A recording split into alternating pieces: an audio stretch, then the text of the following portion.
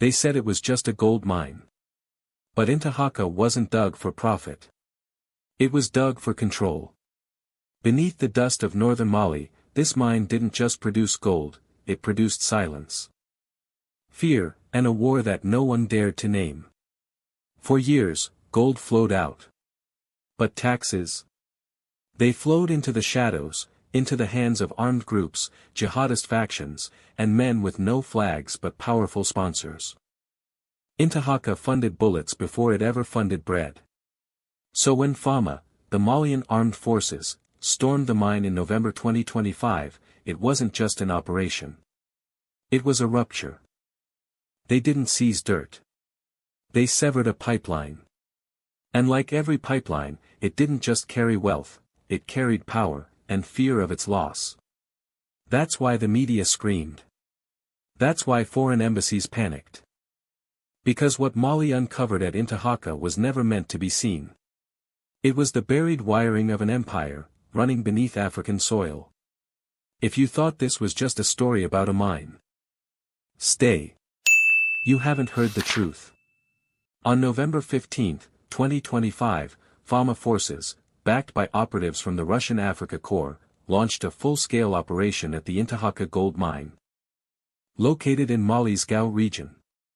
Intelligence had confirmed that the site was not just being exploited by illegal miners, but also used as a covert tax base for groups like JNIM, ISSP, and local militias.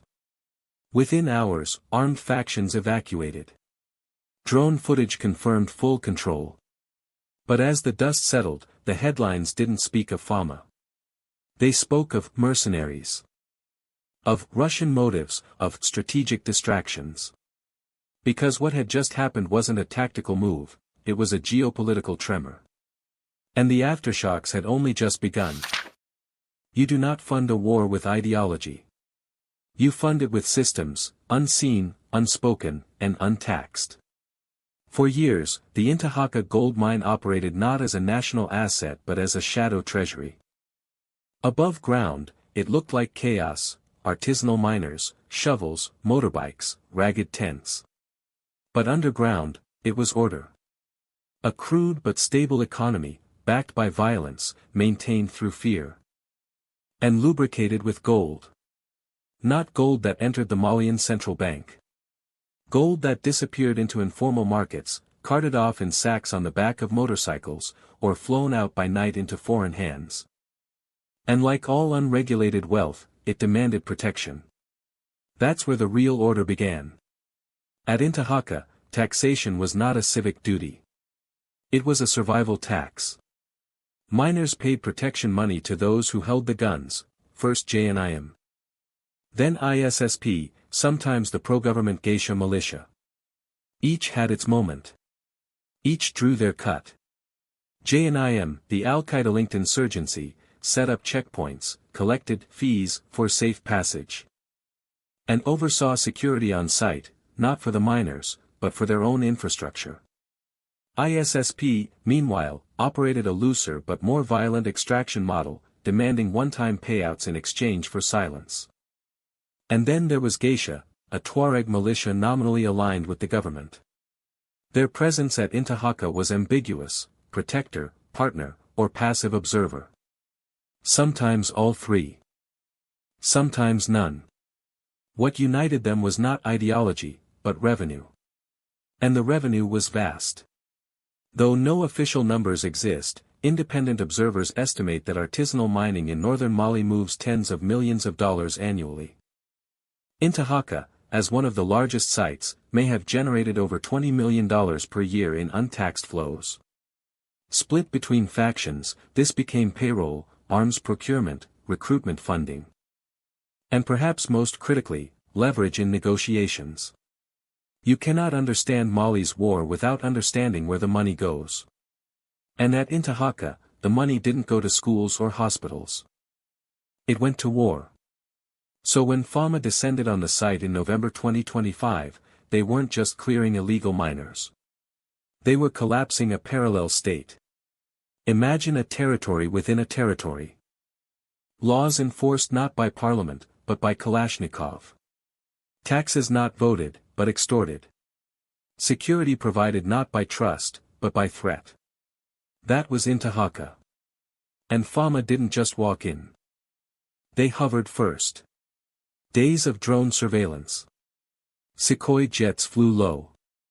The message wasn't subtle: evacuate, or be buried. And they evacuated. JNIM, for all their theatrics online, did not stand their ground. They left.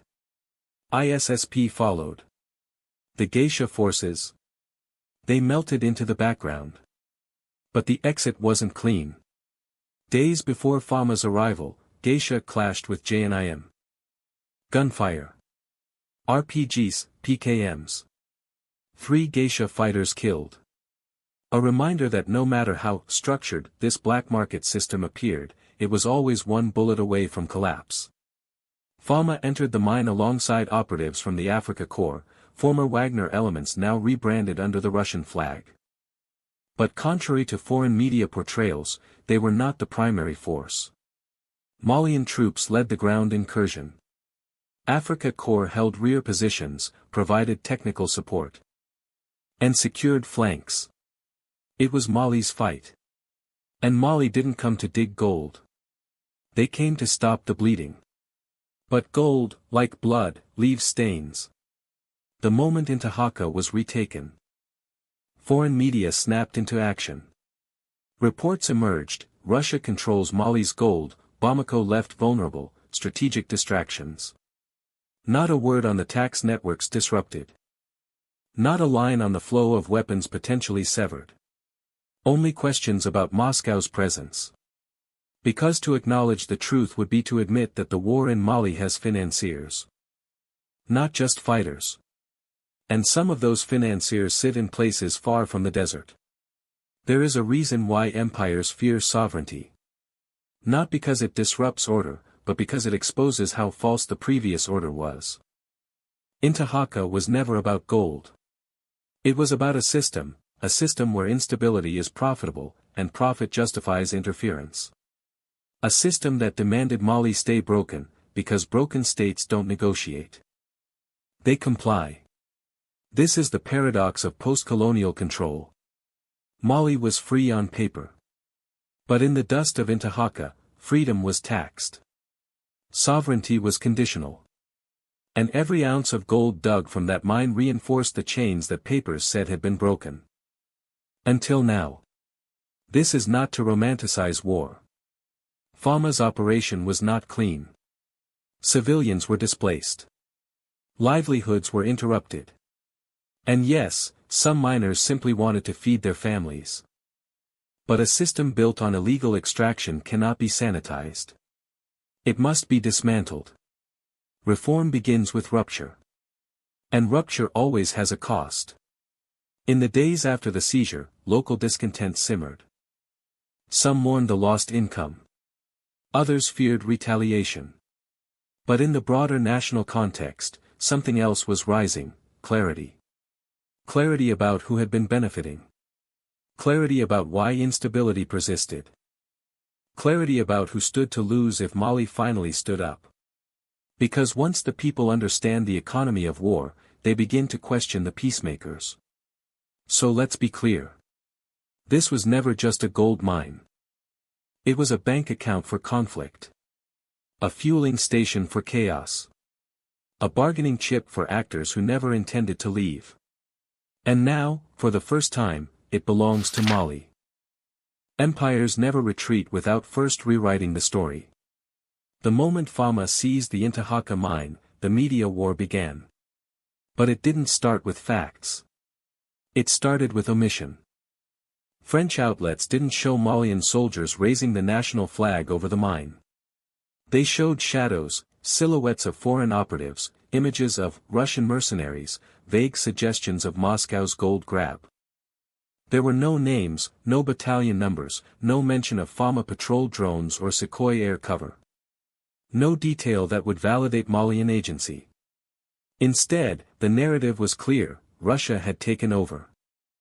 And Mali had become the goldfield of foreign ambition. To the uninformed viewer, it made sense. France, after all, had long claimed a special role in West Africa, a paternal presence. A legacy of peacekeeping, democracy building, development. But as Intahaka fell, that legacy unraveled. Because the camera could no longer lie. So the microphone had to. Enter the analysts. Enter the so-called Mali experts, most of whom had never set foot near Gao. They flooded talk shows, warning of instability, of strategic distractions, of the danger of pushing France out. They didn't name JNIM. They didn't mention ISSP. They didn't explain how these destabilizing forces had been allowed to tax a gold mine for years under everyone's nose.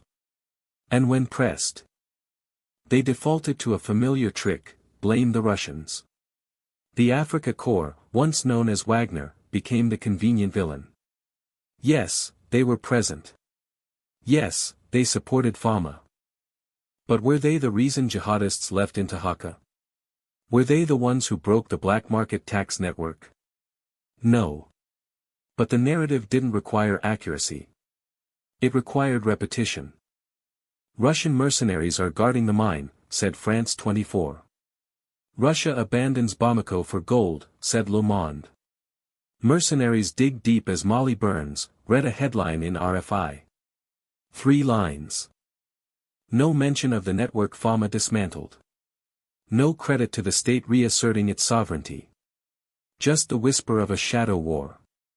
Because in propaganda, shadows are more useful than facts. It didn't stop there.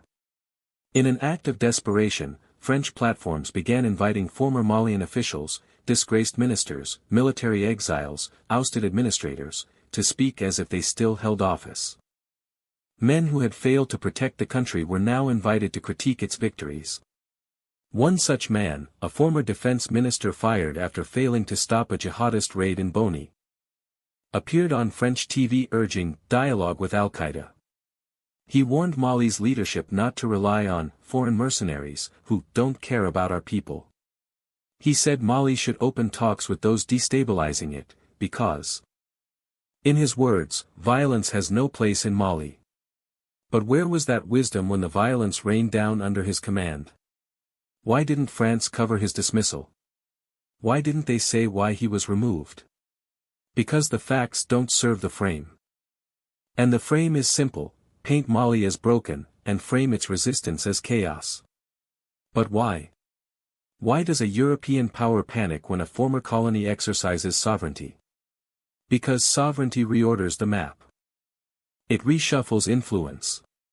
It severs dependency. And most dangerously, it sets precedent. If Mali succeeds in asserting control over its resources, why wouldn't Niger? Why wouldn't Burkina Faso? Why wouldn't Central Africa? Or even parts of West Africa that still cling to franc CFA? That's the real threat. Not the gold. Not the Russians. But the virus of self-determination. So they fight it with language. With optics. With confusion. They say, Bamako is vulnerable. But they never mention that JNIM ran checkpoints at a gold mine for years. They say, the Russians are exploiting Mali. But they never say who profited from the gold before them. They say, France warned of destabilization. But they forget France's own destabilization in Libya. In Niger. In Chad. They speak of democracy, but avoid the question, why did they never support elections when the outcomes didn't favor their allies? The answer is as old as empire: some democracies are acceptable. Others are not. That is why, in the wake of Intahaka, the war has shifted. No longer just bullets. Now headlines. No longer just ambushes. Now narratives. Because if the West can't control Mali on the ground, it will try to control the perception of Mali in the world. But perception is a fragile weapon, especially when people are informed. And Mali's people are informed. They see who's speaking. They ask, why now? Why didn't you care when jihadists taxed our soil? Why didn't you cover the drone footage?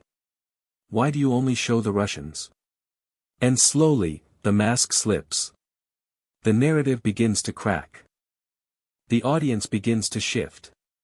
And the last fortress of empire, the media, finds itself under siege. So now, the question is not, who guards the gold? The real question is, who controls the story about it? If the war at Intahaka exposed the arteries of economic occupation, then what happened in Niger revealed the heart of resistance. While Mali was reclaiming a mine in Gao, something else was unfolding to the east, quieter. But no less significant. In the remote outpost of Asamaka, near the Algerian border, President Abdurrahmane Tiani of Niger addressed his troops. The scene was not staged. It didn't need to be. The people escorted their president, not soldiers. Civilians lined the convoy, waving, cheering, recording history with bare hands and tired phones. And then, standing before the men who formed Niger's first line of defense, he spoke. Not just to them, but to the entire Sahel. His words, unscripted and undiluted, became a doctrine. To understand it, the enemy did not fall from the sky.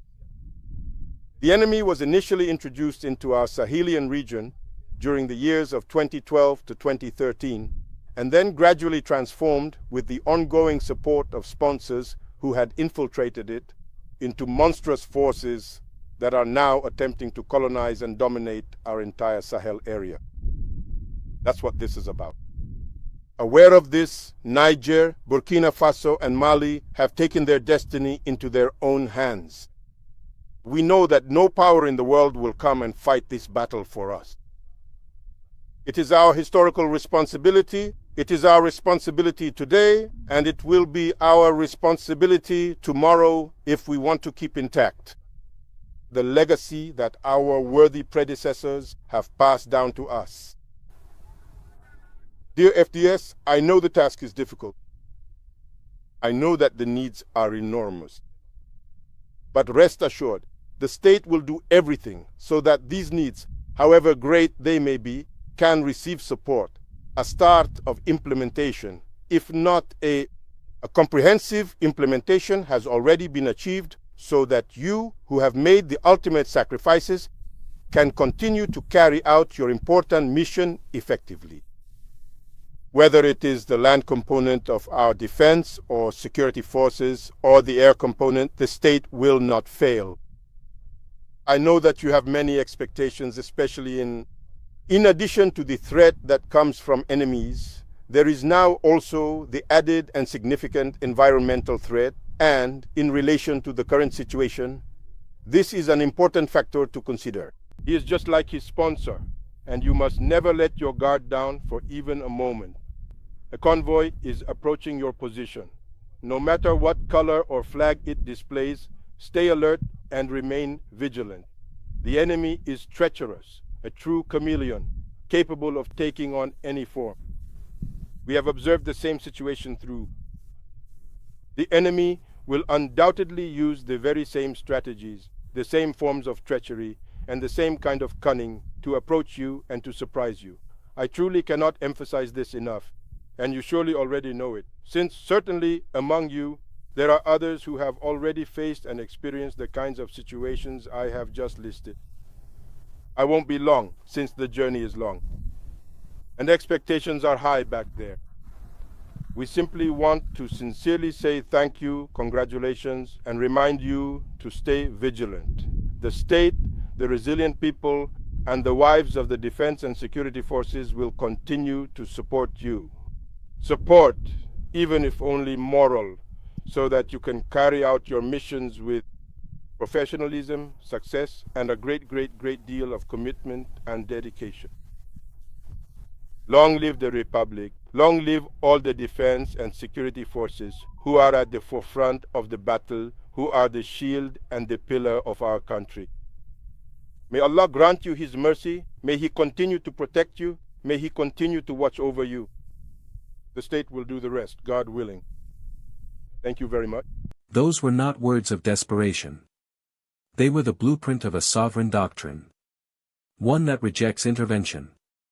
One that identifies the war for what it truly is, not a local conflict, but a sponsored invasion. And Niger's president wasn't alone in his thinking. Burkina Faso, under Captain Ibrahim Traoré, has echoed the same sentiment, declaring that the true independence of Africa was not achieved in the 1960s, but is being forged now. That liberation isn't granted, it is taken. And taken again, each time a hand reaches back in. Together, the three nations of the AES alliance, Mali, Niger, Burkina Faso, have stitched a new map. Not by borders, but by resolve. Not by aid, but by arms. Not by foreign validation, but by internal certainty. And that certainty is what makes them dangerous to the old world order. Because the moment you can name your enemy, you disrupt their invisibility. The moment you stop outsourcing your security, you start reclaiming your future. The moment you speak this clearly, you threaten those who depend on ambiguity to survive. That is what President Tiani did. He didn't say, extremism. He said, sponsored enemy. He didn't say, terrorist elements. He said, monstrous forces introduced into the Sahel. He didn't say, we need help. He said, no one will fight this battle for us. In that moment, Asamaka was not a village. It was a line in the sand. And the tremor traveled fast. Within days, new attacks began, this time further south, in Nigeria's Kwara state. Fighters linked to JNIM crossed in, but were swiftly repelled. Yet the message was clear, this war has regional implications. Mali was not an isolated spark. It was the signal fire. And Niger's position was no longer passive. Their rhetoric had shifted. Their deployments were growing. Their media no longer echoed Paris. It answered Niamey. Meanwhile, the international press remained fixated on gold. On mercenaries. On motives. They missed the real headline. The Sahel is no longer asking for permission. They are defining the battlefield, the threat, and the terms of resistance. And in doing so, they are dragging into the light the machinery of empire, its proxies, its narratives, its pipelines of influence disguised as humanitarian concern. So the next time you hear a speech from Niamey or Bamako, don't listen for what they ask for. Listen for what they no longer accept.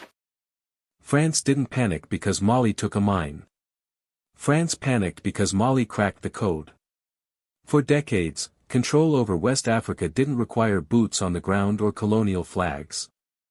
It required a design, a post-independence operating system that installed influence in the veins of every young republic.